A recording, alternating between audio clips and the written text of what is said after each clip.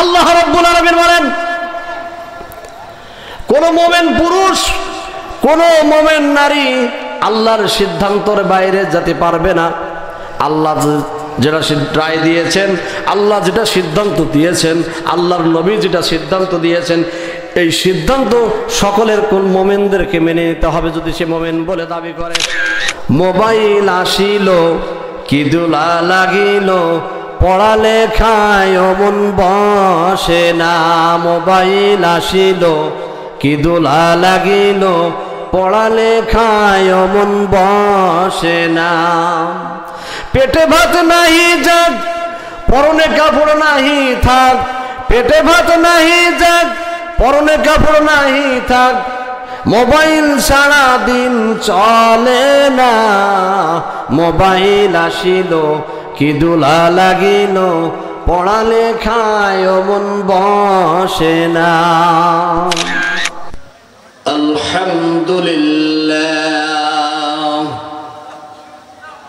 আলহামদুলিল্লাহ নাহমাদুহু ওয়া নাস্তাঈনুহু ওয়া নাস্তাগফিরুহু ওয়া নাউযু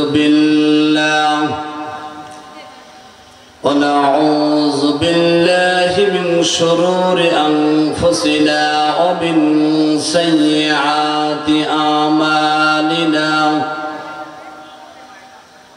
من يهده الله فلا مضل له ومن يضلله فلا هادي له ونشهد أن لا إله إلا الله وحده لا شريك له ونشهد أن سيدنا وحبيبنا ومولانا محمدا عبده ورسوله الذي أرسله بالحق بشيرا ونذيرا وداعيا إلى الله بإذنه وسراجا وقمرا منيرا. فقد قال الله تعالى في كلامه المجيد والفرقانه الحميد. أعوذ بالله من الشيطان الرجيم. بسم الله الرحمن الرحيم. وما كان للمؤمن ولا مؤمنة إذا قضى الله ورسوله أمرا أن يكون لهم الخيارة من أمرهم ومن يعص الله ورسوله فقد ضل ضلالا مبينا إلى آخر آية. وقال أيضا قال رسول الله صلى الله عليه وسلم الدنيا سجن المؤمنين وجنة الكافرين. رواه الترمذي. إن الله وملائكته يصلون على النبي يا أيها الذين صلوا عليه وسلموا تسليما اللهم সকলে জবান ছেড়ে মহব্বতের কণ্ঠে নবীর প্রেমে মাতোয়ারা হয়ে পড়ে। যে সমস্ত দাঁড়ানো ভাইরা আছেন এদিক ওদিকে মেহেরবানি করে অনুরোধ করবো, আসুন জান্নাতের বাগানের মধ্যে এসে বসি, আল্লাহ তাআলার রহমত থেকে আমরা মাহরুম হব না।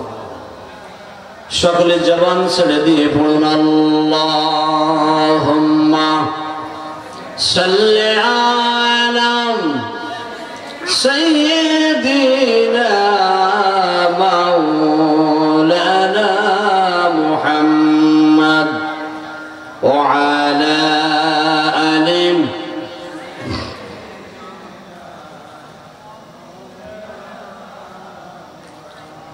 اللهم صل على محمد وعلى آل محمد كما صليت على إبراهيم وعلى آل إبراهيم إنك حميد مجيد اللهم بارك على محمد وعلى آل محمد كما باركت على إبراهيم وعلى آل إبراهيم إنك حميد مجيد الله أكبر সকলে একটু জিকির করি আল্লাহু আকবার বলো আল্লাহু আকবার আল্লাহু আকবার বলো আল্লাহু আকবার সকলে আমার সাথে সকলে সুর মেলান আল্লাহু আকবার বলো আল্লাহু আকবার আল্লাহু আকবার বলো আল্লাহু আকবার ও মধুর নামটি নিলে হৃদয় হাসে ও মধুর নামে সুখ নেমে আসে ও মধুর নামটি নিলে হৃদয় হাসে ও মধুর নামে সুখ নেমে আসে ও নামের তুলনা হবে না হবে না ও নামের তুলনা হবে না হবে না তুলনা নাই নাই নাই এসো না তোমার নামে গান গাই এসো না মন প্রাণ জোড়াই আল্লাহু আকবার বলো আল্লাহু আকবার আল্লাহু আকবার বলো আল্লাহু আকবার আলহামদুলিল্লাহ আপনাদের সামনে আমি কুরআনুল কারীমের আল্লাহ তাআলা 114টি সূরা দিয়েছেন। এই সূরাটির নাম্বার হলো 33 নম্বর সূরা সূরাতুল আহজাব। কি সূরা বললাম? কোরআনে কারীমের 114টি সূরার মধ্যে এই সূরাটির নাম্বার হলো 33 নম্বর সূরা সূরাতুল আহজাব। সূরাতুল আহজাবের আমি 36 নম্বর আয়াতে কারিমা আপনাদের সামনে তেলাওয়াত করেছি অংশ বিশেষ। এর আলোকেই কিছু কথা আমি বলবো আপনাদের সামনে। আপনারা শুনতে রাজি আছেন? শুনতে রাজি আছেন? কারা কারা রাজি আছেন হাত দুখানে তোলেন। লিল্লাহে তাকবীর, লিল্লাহে তাকবীর। আল কোরআনের আলম, আল কোরআনের আলম, সংসদে জালম, কোরআন হাদিস যেখানে, লিল্লাহে তাকবীর। সম্মানিত ভাইরা, আল্লাহ রাব্বুল আলামিন কুরআনুল কারীমের সূরাতুল আহজাবের 36 নম্বর আয়াতে কারিমের অংশ বিশেষ আপনাদের সামনে আমি তেলাওয়াত করেছি। আল্লাহ রাব্বুল আলামিন এই কোরআনে কারিমের 36 নম্বর সূরা নাজিল, 36 নম্বর আয়াতে কারিমা আল্লাহ রাব্বুল আলামিন নাজিল করেছেন। কেন নাজিল করলেন, কোন কারণে নাজিল করলেন, শানে নজুল জানার প্রয়োজন আছে কিনা? আয়াতের প্রেক্ষাপট, কোন কারণে, কোন উদ্দেশ্যে, কেন আল্লাহ তাআলা নাজিল করেছেন আমাদের শোনার দরকার আছে কিনা। আল্লাহ রাব্বুল আলামিন সূরাতুল আহজাবের 36 নম্বর আয়াতে কারিমা আল্লাহ তাআলা নাজিল করেছেন বিশ্বনবী মুহাম্মদুর রাসূলুল্লাহ সাল্লাল্লাহু আলাইহি ওয়াসাল্লামের একজন পালিত পুত্র ছিল, যার নাম ছিল যায়েদ। ঠিক কিনা বলেন? রাসূলের পালিত পুত্র যার নাম ছিল যায়েদ, এই যায়েদ বিশ্ব নবী সাল্লাল্লাহু আলাইহি ওয়াসাল্লামের খাদেম ছিল, গোলাম ছিল। এই গোলাম আবার কিভাবে হলো, কেন হলো, কোন কারণে হলো, সেটাও জানা দরকার তাফসীরের শানে নজুল থেকে। সম্মানিত ভাইয়েরা আমার, বিশ্ব নবী মুহাম্মদুর রাসূলুল্লাহ সাল্লাল্লাহু আলাইহি ওয়াসাল্লামের পালিত পুত্র যার নাম যায়েদ, তদানীং যুগে মক্কার বুকে, মক্কা শরীফের মানুষ কেনা বেচা হতো, মক্কার মানুষ কেনা বেচা হতো। সে সময় এই যায়েদকে, ছোট্ট বালক যায়েদকে ডাকাতেরা, দস্যুরা ডাকাতেরা রাতের অন্ধকারে যায়েদকে চুরি করে নিয়ে মক্কার বাজারে বিক্রি করে দিয়েছিল। আর বিক্রি করে দেওয়ার পরে হযরতে খাদিজা রাদিয়াল্লাহু তাআলা আনহা, বিশ্ব নবীর স্ত্রী খাদিজা রাদিয়াল্লাহু তাআলা আনহা মক্কার বাজার থেকে যায়েদকে উচ্চ দাম দিয়ে, ন্যায্য মূল্য দিয়ে, উচ্চ দাম দিয়ে যায়েদকে ক্রয় করে নিয়েছিল, কিনে নিয়ে এসেছিল। এসে বিশ্ব নবী সাল্লাল্লাহু আলাইহি ওয়াসাল্লামের খেদমতে দিয়ে দিলেন, খেদমত করার জন্য। এই যায়েদকে যখন গোলাম হিসাবে বিশ্ব নবীর খেদমতে দিয়ে দিলেন হযরতে খাদিজা রাদিয়াল্লাহু তাআলা আনহা, হযরতে যায়েদ বিশ্ব নবীর খেদমত শুরু করে দিল। এমন সময় ওই মক্কার বাজারে, মক্কার ভিতরে এবার ওই যায়েদের মা বাবা খোঁজা শুরু করে দিল, আমাদের ছোট্ট বালক কোথায় গেল, যায়েদ কোথায় গেল। তারা সংবাদ পেয়ে গেল ডাকাতেরা, দস্যুরা তাকে চুরি করে নিয়ে মক্কার বাজারে বিক্রি করে দিয়েছে যায়েদকে। আর যায়েদকে উচ্চ দাম দিয়ে বিশ্ব নবীর স্ত্রী খাদিজা রাদিয়াল্লাহু তাআলা আনহা যায়েদকে ক্রয় করে বিশ্ব নবীর খেদমতে দিয়ে দিয়েছেন। জোরে কান সুবহানাল্লাহ। ভালো করে শুনবেন, এই আয়াতের শানে নজুল কোন কারণে, কোন প্রেক্ষাপটে নাজিল হলো, এটা আমাদের অবশ্যই জানা দরকার। যদি জানেন তাহলে আজকের আলোচনা শোনা আমাদের জন্য সহজ হবে।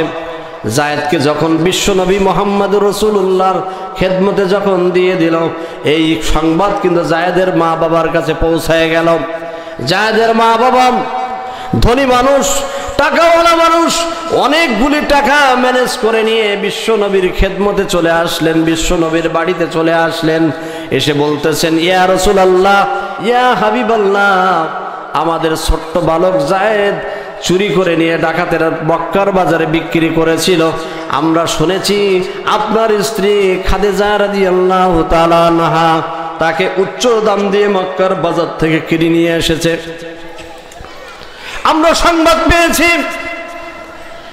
এই কথা বিশ্ব নবীর কাছে বলার সঙ্গে সঙ্গে নবী আমার বিশ্ব নবী মুহাম্মদুর রাসূলুল্লাহ সাল্লাল্লাহু আলাইহি ওয়াসাল্লাম যায়েদের মা বাবা, আপন মা বাবার কাছে যখন এই সংবাদ শুনলেন, আল্লাহর নবী বললেন, ও যায়েদের মা বাবা, তোমরা যদি প্রকৃতপক্ষে যায়েদের মা বাবা হয়ে থাকো তাহলে আমার 1 টাকাও দেওয়া লাগবে না। আমার স্ত্রী উচ্চ দাম দিয়ে কিনে নিয়ে এসেছিল, তোমরা যে আমাকে টাকাটা ফেরত দিতে চাচ্ছ আর যায়েদকে ফিরিয়ে নিতে চাচ্ছ, আমার 1 টাকা দেওয়া লাগবে না। তোমরা যদি যায়েদের আপন মা বাবা হয়ে থাকো তাহলে অবশ্যই শুনে রেখে দাও, আমি যায়েদকে মুক্ত করে দিলাম, তোমাদের হাতে তুলে দিলাম, তোমরা যায়েদকে নিয়ে যাও। সম্মানিত ভাইরা আমার, ভালো করে শুনবেন, মনের কান লাগাবেন, যেহেতু আজকের এটা কোরআনের মাহফিল, যেখানে কোরআনে কারিমের আলোচনা করা হয়। আল্লাহ তাআলা বলেন, ওয়াইজা কুরিয়াল কুরআনু ফাসতামিউ লাহু ওয়া আনসিতু লাআল্লাকুম তুরহামুন। যেখানে কোরআনে কারিমের আলোচনা করা হয়, ওই জায়গাটি যতক্ষণ আলোচনা করা হবে, দুনিয়ার জান্নাত ওই জায়গাটি, জোরে কোন সুবহানাল্লাহ। আর ওই জায়গার মধ্যে আমার যত বান্দা বান্দি অবস্থান করবে, জবানটাকে বন্ধ করে দিবে। আর মনের কান দিয়ে যদি তারা শ্রবণ করতে পারে, লাআল্লাকুম তুরহামুন, আল্লাহ তাআলা বলেন ওই বান্দা এবং বান্দীদের উপরে বৃষ্টির মতো, শ্রাবণের বৃষ্টির মতো রহমত তাদের উপরে বর্ষণ হবে। জোরে কান সুবহানাল্লাহ। তাহলে অবশ্যই জবান বন্ধ করে দিবেন, মনের কান দিয়ে শ্রবণ করবেন। বিশ্বনবী তখন বললেন, ও জায়েদের মা বাবা, তোমরা যদি প্রকৃত জায়েদের মা বাবা হয়ে যাও তাহলে জায়েদকে আমি মুক্ত করে দিলাম, যাও জায়েদকে নিয়ে যাও। এই কথা শোনার সঙ্গে সঙ্গে জায়েদ তখন কান্না শুরু করে দিল, কান্নায় ভেঙে পড়ল। বিশ্বনবী আমার বললেন, বিশ্বনবী বললেন, ও জায়েদের মা বাবা, তোমরা যদিও তার পিতা এবং মাতা তোমরা এসেছো, মা বাবা এসেছো, আমি জায়েদকে মুক্ত করে দিলাম, কিন্তু জায়েদ তো তোমাদের সাথে যেতে চায় না, কান্না শুরু করে দিলাম। জায়েদের মা বাবা চিন্তা করলো, জায়েদ ছোট্ট বালক, কি ভালোবাসা মোহাম্মদ তাকে দিয়েছে, বিশ্বনবী তাকে কি ভালোবাসা দিয়েছে, তার সাথে কি আচরণ করেছে, কেমন ব্যবহার করেছে, যে আপন মা বাবা বিশ্বনবীর দরবার ছেড়ে, বিশ্বনবীর খেদমত ছেড়ে আপন মা বাবার সাথে তাই জায়েদ যেতে চায় না। কি এত মহব্বত করলো বিশ্বনবী, বিশ্বনবীর খাদেম, খাদেমের সাথে কি আচরণ সে করেছে, যার কারণে নিজের বাবা মা বাবার সাথে সে যেতে চায় না বিশ্বনবীর দরবার থেকে। জোরে কান সুবহানাল্লাহ। সম্মানিত ভাইয়ের আমার, মনের কান লাগাবেন। জায়েদ যখন যেতে চায় না, বিশ্বনবী আমার বললেন, ও জায়েদের মা বাবা, তোমরা শুনে রেখে নাও, যদিও আমার স্ত্রী খাদিজা রাদিয়াল্লাহু তাআলা আনহা মক্কার বাজার থেকে উচ্চ দাম দিয়ে জায়েদকে কিনে নিয়েছিল, কোনো টাকা আমি নেই নাই, তোমাদেরকে হাতে তুলে দিয়েছিলাম, ফেরত দিয়েছিলাম। যদিও জায়েদ আমার খেদমত থেকে, আমার সহবত থেকে জায়েদ যখন যেতে চায় না, কান্নাকাটি শুরু করে দিল। তোমরা সাক্ষী থেকো, আজ থেকে আমি জায়েদকে মুক্ত করে দিলাম, আজকের থেকে আমার সন্তান হিসাবে জায়েদকে গ্রহণ করে নিলাম। তাহলে বোঝা গেল জায়েদ কিভাবে রসুলের পালিত পুত্র হলো, বোঝা গেল না? সম্মানিত ভাইয়েরা আমার, আসুন, এই জায়েদ যখন আস্তে আস্তে করে বড় হওয়া শুরু করে দিলাম, বিয়ের প্রাপ্ত বয়স যখন জায়েদ হয়ে গেল, নবী আমার বিশ্ব নবী এবার জায়েদের জন্য মেয়ে খোঁজাখুঁজি শুরু করে দিল। বিশ্ব নবীর মহিলা সাহাবী যার নাম হলো জয়নাব, জয়নাবের কাছে প্রস্তাব চলে গেল। জয়নাবের কাছে বিশ্বনবী আমার প্রস্তাব দিলেন, ও জয়নাব, আমার পালিত পুত্র জায়েদের সাথে তোমার বিবাহ দিতে চাই, তোমার সিদ্ধান্তটা কি তুমি জানিয়ে দাও। চিৎকার দিয়ে বলুন সুবহানাল্লাহ। নবী নিজেই প্রস্তাব দিয়েছেন নিজের সন্তানের জন্য, এর চাইতে আর কেউ চাওয়ার হয় বলেন? সম্মানিত ভাইয়েরা আমার, বিশ্বনবী যখন যায় জয়নাবের কাছে এই প্রস্তাব দিল, জয়নাব তখন বলছেন, ইয়া রাসূলুল্লাহ, ইয়া হাবিবাল্লাহ, আমি একজন সম্ভ্রান্ত পরিবারের মেয়ে, আমি একজন উচ্চ বংশের মেয়ে, কুরাইশ বংশের মেয়ে, আপনার গোলাম মার্কা, চাকর মার্কা এই জায়েদের সাথে, এই সন্তানের সাথে আমি বিবাহ করতে রাজি নয়, বিবাহ করতে রাজি নয়।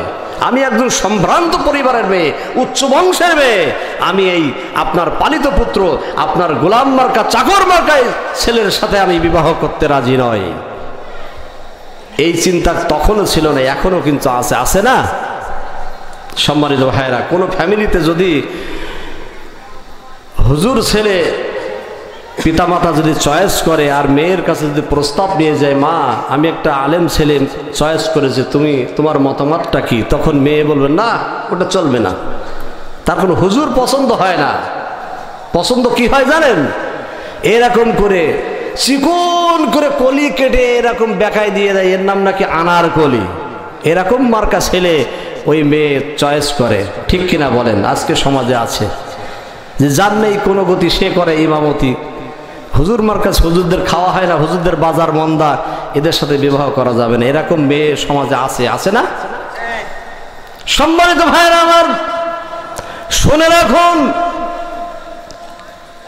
হুজুরদের বাজার কিন্তু মন্দা, আর হুজুররাও চিন্তা করেছে, শোনেন, হুজুররাও কিন্তু ছেড়ে দেওয়ার বান্দা, যতই চালাকি করেন হুজুররা কিন্তু ঠিক জায়গা মতন পৌঁছায় দেবে। জোরে কান সুবহানাল্লাহ। সম্মানিত ভাইয়েরা আমার, এই জয়নাব যখন এই প্রস্তাব শুন আল্লাহর রসুলের কাছে দিয়ে দিল, ইয়া রাসূলুল্লাহ, ইয়া হাবিবাল্লাহ, আপনার প্রস্তাবে আমি সন্তুষ্ট নই, আপনার প্রস্তাবে আমি রাজি নই, আপনার এই গোলাম মার্কা চাকর মার্কা ছেলের সাথে আমি বিবাহ করতে রাজি নই। যখন এই প্রস্তাব শুরু করে দিল, এই প্রস্তাব যখন বিশ্ব নবীর কাছে জানিয়ে দিল, আল্লাহ রাব্বুল আলামিন মহাগ্রন্থ আল কোরআনের সূরাতুল আহজাবের 36 নম্বর আয়াত আল্লাহ নাজিল করে দিলেন, ওয়া মা কানা লিল মুমিনিন ওয়ালা মুমিনাতিন ইযা قضى الله ورسوله أمرا أن يكون لهم الخيارة من أمرهم ومن يعص الله ورسوله فقد ضل ضلالا مبينا। আল্লাহ রাব্বুল আলামিন বলেন, কোন মুমিন পুরুষ এবং নারী আল্লাহ এবং আল্লাহর রসুলের সিদ্ধান্ত, আল্লাহ এবং আল্লাহর রসুলের সিদ্ধান্ত কোনোদিন মোমেন পুরুষ নারী তারা উইড্র করতে পারে না, সিদ্ধান্ত ভাইলাট করতে পারে না। কোনো মোমেন পুরুষ আল্লাহর সিদ্ধান্তর বাইরে অবস্থান নিতে পারবে না।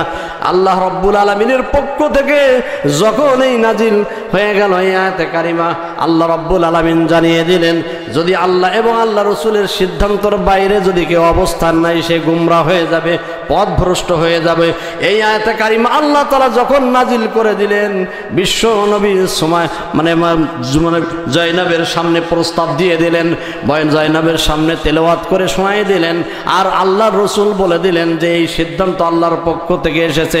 কোনো মুমিন আল্লাহ এবং আল্লাহ রসুলের সিদ্ধান্ত ভাইলাট করতে পারে না, অবমাননা করতে পারে না। এই কথা বলার সঙ্গে সঙ্গে জয়নাব বলল, ইয়া রাসূলুল্লাহ, ইয়া হাবিবাল্লাহ, আমি যে আপনার সামনে আপনার প্রস্তাব আমি ভাইলাট করে দিয়েছি, অবমাননা করেছি, শুনে রাখুন, আল্লাহ তাআলা যখন আয়াতে কারিমা নাজিল করে দিয়েছেন, আমার সিদ্ধান্ত আমি উইথড্র করে নিলাম এবং আপনার সিদ্ধান্ত আমি জয়নাব গ্রহণ করে নিলাম। চিৎকার দিয়ে বলুন সুবহানাল্লাহ। সম্মানিত ভাইরা, আজকে মুসলমান আল্লাহ এবং আল্লাহর সিদ্ধান্তের বাইরে কেউ অবস্থান নিতে পারবে না। যদি আপনার দলের বিরুদ্ধে যায়, আপনার পিতার বিরুদ্ধে যায়, আপনার নেতার বিরুদ্ধে যায়, আপনাকে সেটা দেখার প্রশ্ন নয়। আল্লাহর সিদ্ধান্ত আপনাকে অটুট থাকতে হবে। জোরে কান সুবহানাল্লাহ। সম্মানিত ভাইরা, কিন্তু আজকে দেখেন যে যেই না আমার দলের বিরুদ্ধে যায়, আমার ক্ষমতার বিরুদ্ধে যায়, আমার নেতার বিরুদ্ধে যায়, তখন কিন্তু সেটা আমরা গ্রহণ করি না। আমরা গ্রহণ করি আল্লাহর সিদ্ধান্ত আমরা গ্রহণ করতে পারি না, তখন নেতার সিদ্ধান্ত গ্রহণ করি। যে মুসলমান, যে ইমানদার, কোনো মুমিন, কোনো ইমানদার আল্লাহর সিদ্ধান্ত, আল্লাহ রসুলের সিদ্ধান্ত ভাইলাট করতে পারে না। জোরে কান সুবহানাল্লাহ। সম্মানিত ভাইরা, কিন্তু আজকে দেখেন যে আপনি মুমিন বলে দাবি করছেন, আপনি মুসলমান বলে দাবি করছেন, আপনি ইমানদার বলে দাবি করছেন, সামনের কাতারে আপনি অবস্থান করছেন, কিন্তু আল্লাহর হুকুমত, আল্লাহর নির্দেশ, আপনার আল্লাহর দ্বীন জমিনে বাস্তবায়ন করার ব্যাপারে আপনার কোনো ভূমিকা নাই। আপনি সামনের কাতার দখল করে আছেন। সম্মানিত ভাইরা, আল্লাহর সিদ্ধান্ত হলো ইনিল হুকমু ইল্লা লিল্লাহ, এই জমিন যার, আইন চলবে কার? আল্লাহর। এই ব্যাপারে কিন্তু আমরা সকলেই উদাসীন, ঠিক কিনা বলেন? আল্লাহ রাব্বুল আলামিন বলেন, কোন মুমিন পুরুষ, কোন মুমিন নারী আল্লাহর সিদ্ধান্তের বাইরে যেতে পারবে না। আল্লাহ যেটা রায় দিয়েছেন, আল্লাহ যেটা সিদ্ধান্ত দিয়েছেন, আল্লাহর নবী যেটা সিদ্ধান্ত দিয়েছেন, এই সিদ্ধান্ত সকলের কোন মুমিনদেরকে মেনে নিতে হবে যদি সে মুমিন বলে দাবি করে। সম্মানিত ভাইয়েরা আমার, একটি ঘটনা আপনাদের সামনে আমি তুলে ধরতে চাই তাফসীর থেকে। বিশ্বনবী মুহাম্মদুর রাসূলুল্লাহ সাল্লাল্লাহু আলাইহি ওয়াসাল্লামের জলিলুল কদর সাহাবীর নাম তার ওমর ইবনে খাত্তাব রাদিয়াল্লাহু তাআলা আনহু। তার খেলাফত আমলে হযরতে ওমর বিশ্ব নবী মুহাম্মদুর রাসূলুল্লাহর টোকেন প্রাপ্ত সাহাবী হযরতে ওমর, তার দুটি সন্তান ছিল, একটার নাম ছিল শামা। এই শামা হয়তোবা এই শামা তাফসীরের মধ্যে এসেছেন, এই শামা জিনা করে ফেলেছেন, শয়তানের প্ররোচনায় পড়ে সে জিনা করে ফেলেছে। হঠাৎ করে একদিন পিতার সামনে গিয়ে বলছে, আব্বাজান, আমি শয়তানের অসুয়াশায় পড়ে আমি জিনা করে ফেলেছি, আমার কোনো সাক্ষী নাই, কোনো প্রমাণ নাই। আমি দুনিয়ার শাস্তি তো সহজ, আর পরকালের শাস্তি বড় কঠিন, অনন্তকাল জাহান্নামের আগুন আমি সহ্য করতে পারবো না। বিশ্বনবীর মুহাম্মদুর রাসূলুল্লাহর সাহাবী হযরত ওমরের কাছে তার নিজের সন্তান তিনি বলতেছেন, আব্বাজান, আমি জিনা করে ফেলেছি, আপনি আমাকে কি করবেন? দুনিয়ার এই শরিয়াতের হজ আমার উপরে জারি করে দেন। সম্মানিত ভাইরা আমার, ভালো করে খেয়াল করবেন, যারা মোমেন, যারা মুসলমান, মুত্তাকি, ইমানদার বলে দাবি করেন, অবশ্যই আপনারা খেয়াল করবেন কেমন শাসক ছিল হযরতে ওমর। ওমরের মতো যে শাসক আজকে দুনিয়ায় হতো, আজকে দুনিয়ার অবস্থা, পৃথিবীর অবস্থা কিনা এরকম হতো না, ঠিক কিনা বলেন? সম্মানিত ভাইরা আমার, এই সময় যখন এই কথা মানে ওমরের সামনে বলে দিল, ওমর রাদিয়াল্লাহু তাআলা আনহু এবার নিজের সন্তানকে বেঁধে ফেলে দিলেন। বেঁধে ফেলে দিয়ে মসজিদে নববীর মধ্যে নামাজ আদায় করছেন। ওমর আবু শামাকে বেঁধে, আবু শামা বান্দা আছে মসজিদে নববীর সামনে, খুঁটির সাথে গাছের সাথে বাঁধা আছে। সকলে নামাজ আদায় করার পরে যখন বাইরে চলে আসলো, এসে দেখে যে ওমরের সন্তান আবু শামা পিঠ মোড়া দিয়ে বান্দা আছে। সকলেই চিন্তা করছে যে আবু শামা পিঠ মোয়াদে বান্দা আছে গাছের সাথে, কার তো স্পর্ধা, কার তো সাহস যে খলিফা ওমরের সন্তানকে পিঠ মোয়াদে বাঁধে? এ সাহস কে দিয়েছে? কাকে, কার সাহস হয়েছে? ওমর নামাজ আদায় করছেন। নামাজ আদায় করার পরে ওমর যখন বাইরে চলে আসলেন, জল্লাদকে ডাকলেন, ও জল্লাদ, তুমি কোথায় আছো? জল্লাদ, তুমি চলে আসো। জল্লাদ চলে আসলো। এবার বললেন, হযরতে ওমর বললেন আবু শামাকে, হযরতে ওমর জল্লাদকে হুকুম দিলেন, ও জল্লাদ, তুমি আবু শামাকে কি করো? তাকে মাসলা আছে, বিয়ের আগে যদি কেউ জিনা করে তাকে 100 বেতের আঘাত করতে হবে, আর বিয়ের পরে যদি কেউ জিনা করে তাহলে বুক পর্যন্ত মাটির মধ্যে গেড়ে দিয়ে তাকে পাথর নিক্ষেপ করতে হবে, 100 পাথর নিক্ষেপ করতে হবে। সম্মানিত ভাইয়েরা আমার, যেহেতু আবু শামা বিবাহ করে নাই, বিয়ের আগে এসে জিনা করে ফেলেছে, তাহলে তাকে 100 বেতের আঘাত করতে হবে তার শরীরে। এবার জল্লাদকে ডাকা হলো। বিশ্ব নবীর খলিফা হযরতে ওমর তিনি ডাকলেন, জল্লাদকে ডাকলেন, বললেন, ও জল্লাদ, আমার সন্তান আবু শামাকে তুমি বেত্রা আঘাত শুরু করে দাও। এই কথা যখন বললেন, জল্লাদ তখন চিন্তা করছে যে আমি খলিফা ওমরের সন্তানের গায়ে আমি কিভাবে বেতের আঘাত করব, এটা আমার দ্বারা সম্ভব নয়। ইতস্ততা করতেছেন। তখন ওমর বুঝতে পারলেন যে আমার সন্তানের গায়ে ও বেত্রে আঘাত সে করতে পারবে না। তারপরে হযরত ওমর বললেন, ও আবু শামা, তুমি যদি আমার সন্তানের গায়ে যদি বেতের আঘাত যদি তুমি না করতে পারো, তাহলে তোমাকে কি করা হবে? তোমাকে এই চাকরি থেকে তোমাকে বরখাস্ত করা হবে। তারপরেও এই জল্লাদ বললাম, খলিফা ওমর, আপনার হুকুম আমি পালন করতে পারবো না, যেহেতু আপনার সন্তানের গায়ে আমি আঘাত করতে পারবো না। তখন এবার হযরত ওমর কি করলেন? এবার তিনি মানে চাবুক নিলেন। চাবুক নিয়ে এক এক করে যখন নিজের সন্তানের গায়ের উপরে যখন 1 বার 2 বার 3 বার এভাবে করে যখন মারা শুরু করে দিল, 80 বেত যখন মারা হয়ে গেল নিজের সন্তানের গায়ে, সমস্ত শরীর থেকে ফেটে ফেটে রক্ত বাইর হয়ে যাচ্ছে। এবার আবু শামা হযরতে ওমরের পা জড়িয়ে ধরলেন আর বলেন, আব্বাজান, কত আদরের সন্তান আপা আপনার, আমি যে জিনা করেছি আপনার কাছে আমি স্বীকারোক্তি দিয়েছি, আমার কোনো প্রমাণ নাই, কোনো সাক্ষী নাই, সুতরাং আমি স্বীকারোক্তি দিয়েছি, আপনি আমাকে 80 বেত মেরেছেন, আমার আর বাঁচার কোনো শক্তি নাই, আপনি আমাকে এই মুহূর্তে আপনি আমাকে মাফ করে দেন, আর 20টা বেত বাকি আছে, এটা আপনি মারবেন না, আপনি আমার জন্য মাফ করে দেন। সম্মানিত ভাইয়ের আমার, কেমন মোমেন, কেমন মুসলমান, কেমন বিচারক, কেমন শাসক বুঝতে হবে।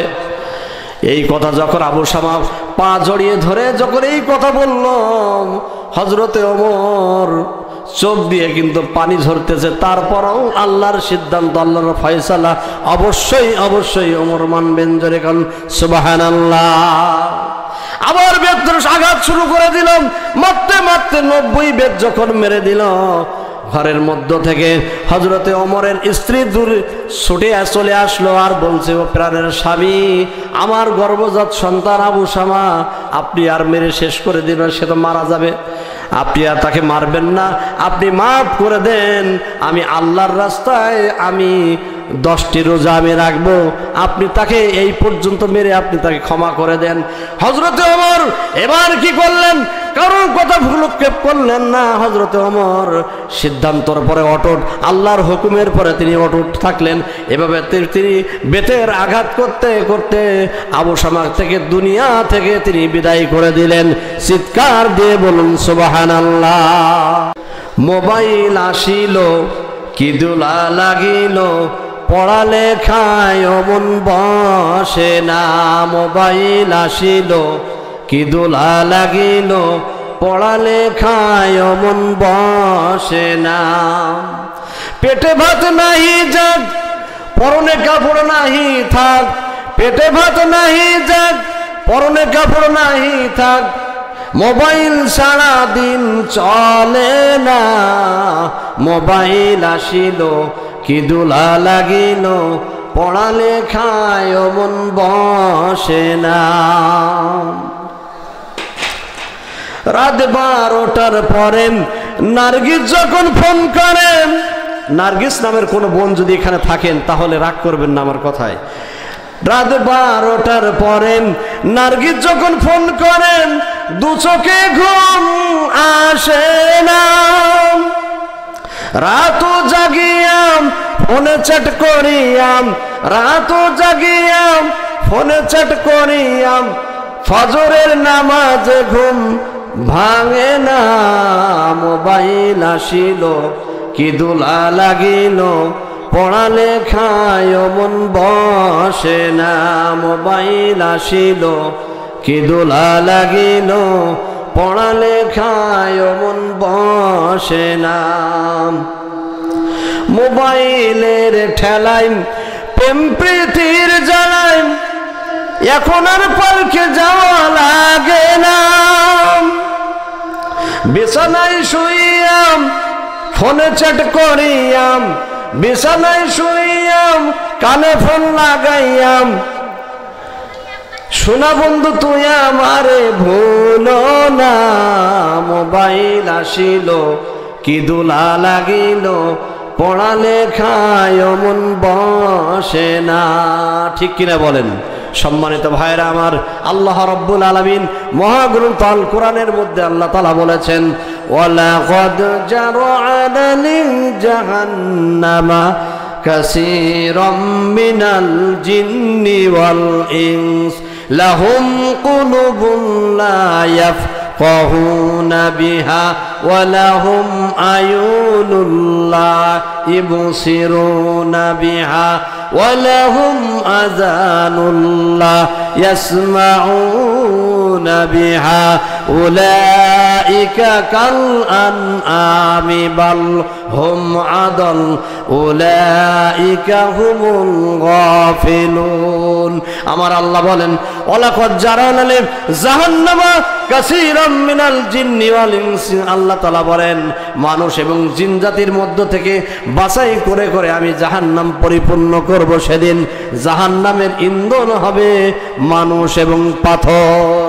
আমার আল্লাহ বলেন, জাহান্নামে পরিপূর্ণ করব মানুষদের মধ্যে কিছু সংখ্যক মানুষদেরকে আমি বাছাই করে করে জাহান্নাম পরিপূর্ণ করব। কারণ হলো, ও পৃথিবীর মানুষ তোমরা শুনে নাও কেন আমি তোমাদেরকে জাহান্নামে দিব। আল্লাহ রাব্বুল আলামিন বলেন, ওয়ালাকাদ জারানা লি জাহান্নামা কাসীরাম মিনাল জিন্নি ওয়াল ইনস, যাদেরকে আমি অন্তঃকরণ দান করেছি, বিবেক দিয়েছি, বুদ্ধি দিয়েছি, এই বিবেক বুদ্ধি যারা কাজে লাগায় না, সমাজে দুনিয়ার মধ্যে যারা এই বিবেকটা কাজে লাগায় না, মূলচরের ফাঁসি দেয় কিন্তু মার্ডার কেসের আসামি খালাস পায়।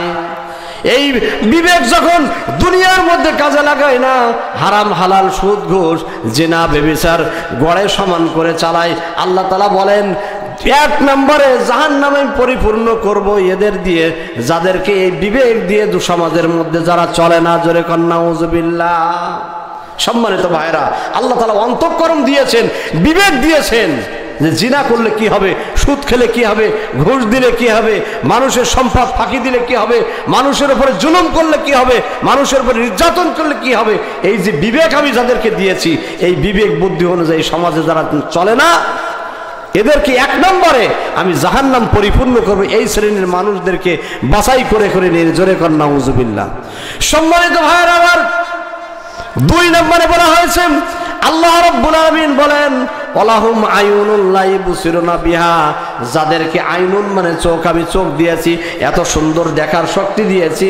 আল্লাহ রাব্বুল আলামিন বলেন দুনিয়ার মধ্যে আমি যাদেরকে চোখ দিয়েছি, দেখার শক্তি দিয়েছি, এই চোখ দিয়ে আল্লাহর কোরআন দেখে না, আল্লাহ রাব্বুল আলামিনের কোরআন পড়ে না, এই চোখ দিয়ে কত না কিছু করে, মানুষের উপরে জুলুম করে, মানুষের সম্পদ ফাঁকি দেয়, এই চোখ দিয়ে খারাপ কাজের দিকে সে চলে যায়, খারাপ মানুষের দিকে তাকায়, খারাপ নারীর বরপুর নারীর দিকে সে চোখ দিয়ে তাকায়। আল্লাহ রাব্বুল আলামিন বলেন এই চোখ যখন আমার হুকুম থেকে অন্য দিকে কাজে লাগায়, 2 নম্বর এই কেসেমের এই চরিত্রের মানুষদেরকে বেছে বেছে আমি জাহান্নাম পরিপূর্ণ করব। চিৎকার দিয়ে বলুন নাউজুবিল্লাহ। আমরা সবাই জান্নাতে যেতে চাই, ঠিক কিনা বলেন? জাহান্নামে কি কেউ যেতে চায়? যেতে চাই না। সম্মানিত ভাইয়েরা আমার, জান্নাতে যেতে হলে অবশ্যই আমাদের করণীয় লাগবে, আমাদেরকে যাচাই বাছাই করে।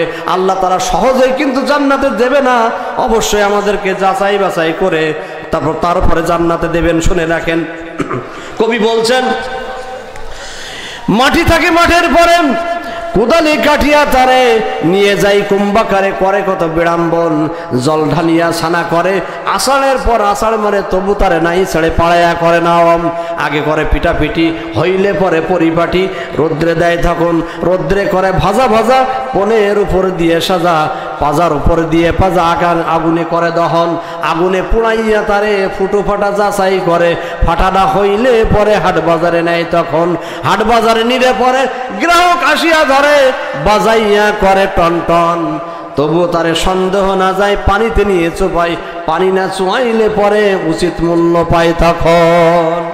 সম্মানিত ভাইয়েরা আমার, কলসে একটা পুত্রবধূ, চেয়ারম্যান সাহেবের পুত্রবধূ, 16 কলায় পরিপূর্ণ একজন যুবতী মেয়ে যখন কলসিতে পানি নিয়ে যখন যেতে চায়, তখন ওই যুবক রাস্তার পরে বসে থাকে আর বলে আজকে আমার জীবনটা ব্যর্থ, আজকে যদি চেয়ারম্যান সাহেবের পুত্রবধূর কোলের যদি কলসি হতে পারতাম, তাহলে আমার জীবনটা মনে হয় সার্থক হয়ে যেত। জোরে খান নাউজুবিল্লাহ। আমার জীবনটা সার্থক হয়ে যেত। তখন এই কলসি বলছে আমার জীবনের ইতিহাস তোর কি জানা আছে যুবক? আমি ছিলাম মাটি ছিলাম মাঠে, সেখান থেকে আমাকে নিয়ে আসলো কি করে, কোদালে কেটে, তারপরে বাড়ি নিয়ে আসলো, তারপরে ছানা করলো, মানে পানি দিয়ে ছানা করলো, তারপরে কি করলো, কোদালি কাটিয়া তারে নিয়ে যাই কুম্বাকারে, করে কত বিড়ম্বন, জল ঢালিয়া ছানা করে, আষাঢ়ের পর আষাঢ় মানে তবু তারে নাই ছেড়ে পাড়াইয়া করে নরম। আমার জীবনের ইতিহাস কি তোর জানা আছে? ও যুবক, যদি আমার জীবনের ইতিহাস তোর জানা থাকতো, তাহলে নারীর কোলের কলসি হওয়া তোর সাত জাগতো না, ঠিক কিনা কন? ওরে মুসলমান বলে দাবি করি, ও মুসলমানেরা, আপনারা জান্নাতে সকলেই যেতে চান, শুনে রাখেন, জান্নাতে যেতে হলে অত সহজে জান্নাতে যাওয়া যাবে না। জান্নাতে যেতে হলে আপনাকে আমাকে অনেক পরীক্ষা আপনার আমার জীবনে দেওয়া লাগবে, মানে পরীক্ষা, অনেক পরীক্ষা আপনার আমার জীবনে দেওয়া লাগবে, তারপরে জান্নাতে আমরা যেতে পারবো। অবশ্যই সেই পরীক্ষাটা কি? যেমন পরীক্ষা দিয়েছিলেন আসিয়া রাদিয়াল্লাহু তাআলা আনহা, ফেরাউনের স্ত্রী, আপনারা শুনেছেন একজন মহিলার পণ্যে কাপড় হবে, আর 4 জন পুরুষের পণ্যে কাপড় হবে, আর একজন মহিলার পণ্যে কাপড় হবে। সেই মহিলা হলেন ফেরাউনের স্ত্রী আসিয়া রাদিয়াল্লাহু তাআলা আনহা। চিৎকার দিয়ে বলুন সুবহানাল্লাহ। আসিয়ার জীবনের ইতিহাস আপনাদের অনেকের জানা আছে। ফেরাউনের স্ত্রী আসিয়া, তার পরনে আল্লাহ তাআলা কাপড় কেন দিবেন? হযরতে বিশ্ব নবী মুহাম্মদ রাসূলুল্লাহ সাল্লাল্লাহু আলাইহি সাল্লামের প্রাণের স্ত্রী খাদিজার পণ্য সেদিন কাপড় হবে না, জান্নাতের সর্দার হবে ফাতেমা রাদিয়াল্লাহু তাআলা আনহা, তার পরনে কাপড় হবে না। রাসূলের আর যে কয়জন বিবি আছে কারোর পরনে কাপড় হবে না, কারোর পরনে কাপড় হবে না, সকলেই উলাঙ্গ এবং উলাঙ্গিনী হয়ে কিয়ামতের ময়দানে উঠবে। আর মা আসিয়ার পরনে কাপড় আল্লাহ তাআলা দান করবেন। কেন দিবেন শুনে রাখেন সম্মানিত ভাইয়েরা আমার। হযরতে ফিরাউন যখন হযরতে মুসা আলাইহিস সালাম যখন ফিরাউনের কাছে দাওয়াত নিয়ে যায়, তখন কিন্তু ফিরাউন হযরতে মুসার দাওয়াত গ্রহণ করলো না। মুসার সাথে নির্যাতন শুরু করে দিল।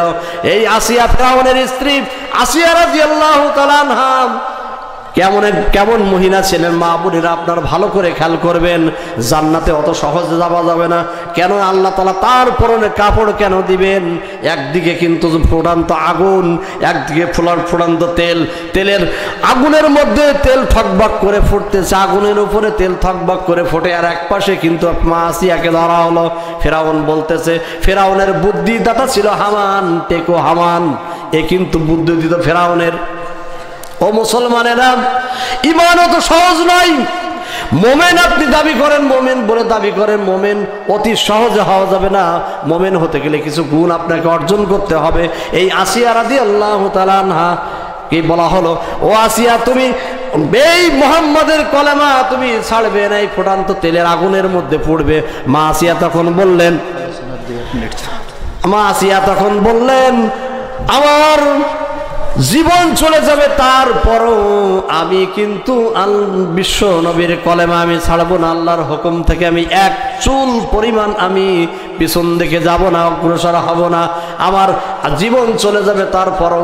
এই কথা যখন বলে দিল ফেরাউন, তার বুদ্ধি তাতে ছিল টেকো হামান চিবার চিন্তা করলো ফেরাউন কিভাবে আসিয়াকে এই উত্তপ্ত বালির উপরে উলাঙ্গ করে যখন 5টি পেরেক তার শরীরের মধ্যে দিয়ে দেওয়া হলো, 5টি পেরেক, প্রথমে ডান হাতে একটা পেরেক লাগাই দেওয়া হলো, আর বলা হলো, আসিয়া, এখনো কিন্তু 4টে পেরেক তোমার জন্য অপেক্ষা করতেছে, তুমি বিশ্ব নবীর কলেমা ছাড়বে না। ফেরাউনের খোদা বলে মানবে, জোরে কান নাউজুবিল্লাহ।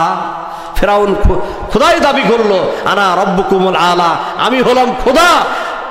আসিয়া বলল, আমি তোমাকে খোদা বলে মানতে পারি না, তোমাকে আমি স্বামী বলে মানতে পারি, কিন্তু খোদা বলে মানতে পারি না। জোরে কান সুবহানাল্লাহ। সম্মানিত ভাইয়েরা আমার আলোচনা শেষ প্রান্তের দিকে নিয়ে যাচ্ছি, এখনই শেষ করে দেবে এই ঘটনাটা বলে। যখন আসিয়ার ডান হাতে পেরেক মারা হলো, তখন আসিয়া তখন ইমানের পরে অটুট রয়েছে। জান্নাত অতি সহজে যাওয়া যাবে না, পরনে আল্লাহ কেন কাপড় দিবেন? যখন বাম হাতে পেরেক লাগাই দেওয়া হলো, তারপরে ডান পায়ে, বাম পায়ে, এবার একটা পেরেক আর বাকি আছে। এবার মা আসিয়ার উলাঙ্গিনী করে, সকল মানুষের সামনে উলাঙ্গিনী করে তার গুপ্ত অঙ্গনে মেরে দিল। চিৎকার দিয়ে বলুন নাউজুবিল্লাহ। আল্লাহ রাব্বুল আলামিন আরশে আজিমে জোশ মেরে গেলেন, জিবরিলকে বললেন, ও জিবরিল, আর কোনো না দেরি, চলে যাও তাড়াতাড়ি, আমার আসিয়ার সামনে 8টি জান্নাতে তুমি তার সামনে দেখায় দাও। আসিয়া যে ইমানের পরে অটুট রয়েছে, আল্লাহর পরে ইমান যে অটুট ভাবে ধারণ করেছে, আমি আসিয়ার সামনে 4টি জান্নাত খুলে খুলে দেখাও। আসিয়া এই মুহূর্তে দুনিয়া ছেড়ে বিদায় হয়ে যাবে, আসিয়ার সামনে ধরে দাও। জান্নাত দেখলো, আসিয়া শেষ নিঃশ্বাস দুনিয়া থেকে ত্যাগ করলো, তারপরও ফেরাউনকে খোদা বলে মানতে পারলো না। জোরে কান সুবহানাল্লাহ।